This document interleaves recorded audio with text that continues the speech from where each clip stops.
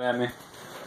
Alright, so the big things I was seeing with you, I'm just going to go over. So okay. I think it's important to just really create a more mindfulness about what you're doing through the back of your legs. So that goes with two things. It's mobility or the stretch of it, and also creating more of a thought about how you're activating it. So yeah, I'm just going to go over a series of things, and I'll describe how often you should do it, or rather the reps and sets as I'm doing them. 4 times a week doing these is great. If you can at least fit a couple of them in on a daily basis, that'd be fantastic.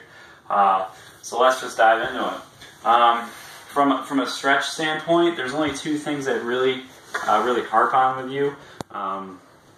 The first thing, of course, with the hamstrings, and the second is just creating a generalized mobility through the back. So 2 strategies for that.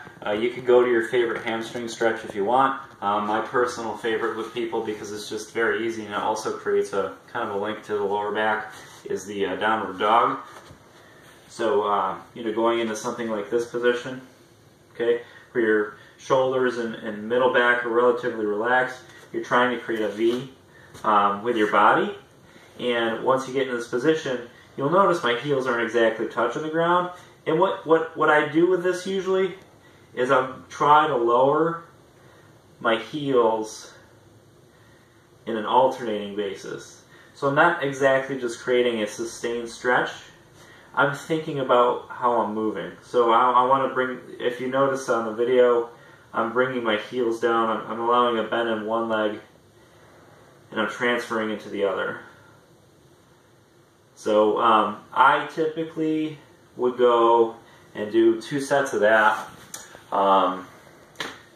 Maybe 10 to 15 reps. Okay, so 10 on each leg, 15 on each leg, and then relax, and then dive back into it again, and just go and see if you can actually feel a noticeable difference. Even with those like 8, I notice I can get my heels down a little bit further. So that's good. And then the next one, once again, general spinal mobility. So a cat camel's good. So what I would do, some things to focus on. You definitely want to have your hands in shoulder position. It's straight, and then your knees and hips are in line with each other as well. And what you do with this one, your head goes down and your back goes up, almost like it's being pulled on a string. So, and then back down and allowing your head to come up and your belly to drop. So you can actually add a little spice to this one. As you're doing it, you should think about what your hips are doing. So as I'm coming up, I'm actually trying to push with my glutes and get a little more lift in my back. So you see that string point's almost around here. Once again, I'm pushing with my hips and bringing my head down, and then coming on up and allowing my hips to relax and drive backwards. So there's the 2 mobilizations. Once again, 10 to 15, try to do 2 sets, okay? And then this is more of the nitpicky, mindfulness stuff. I've been noticing a lot of people getting really good results with this particular exercise. And like I said, the back of your legs and your hips, I think, are your biggest issue. And kind of waking those up and learning how to move them better is I think, the best thing you could do. So, like I said, with walking or doing anything, you want to notice when you walk, you want to create 2 different things. You want to create a pop with your hip, and then you also want to create an activation with like your lower shoulder blade. So as you walk, you should notice that you're creating almost like a cross crawling. So if you pay more attention to that, it's less stress for your back. Okay. So one way you can work on that is getting into, once again, this position. So you can start with the cat camel and go right into this.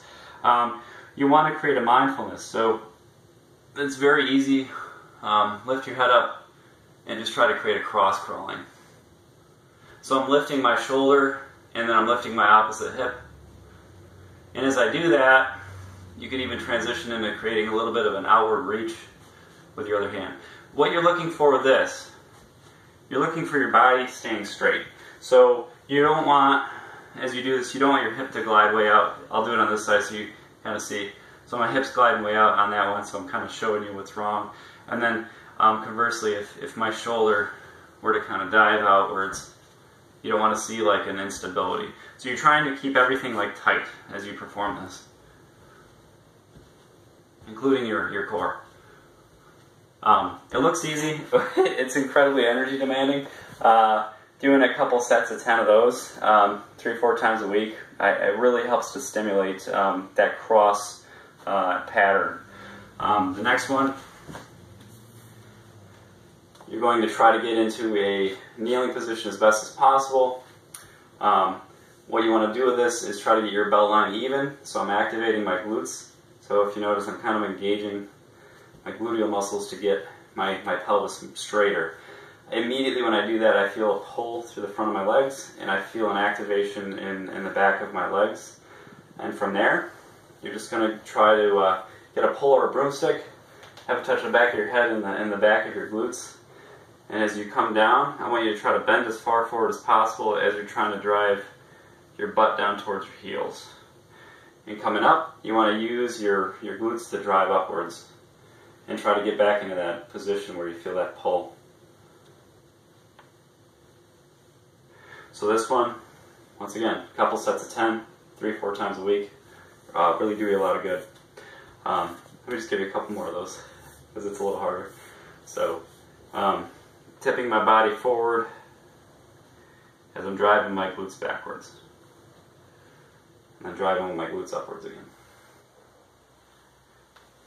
Okay? And then after that, just one more. Real simple. Just plank. So whether you're doing a modified with the knees down or going into just a pure planking position with your ankles in line with your head, forming a straight line. You just want to try to hold this until you start feeling some shakiness, and then you hold it for 5 extra seconds. And I would just perform it on both sides. I would just do like 3 sets. So 3 repetitions. You want to hold it once again until you start feeling shakiness on that side. And then just do it for 5 more seconds. And that should do it. Alright, we're set. Stop and go ahead and send that to you, Tim. Cool. Any questions about any of that? No.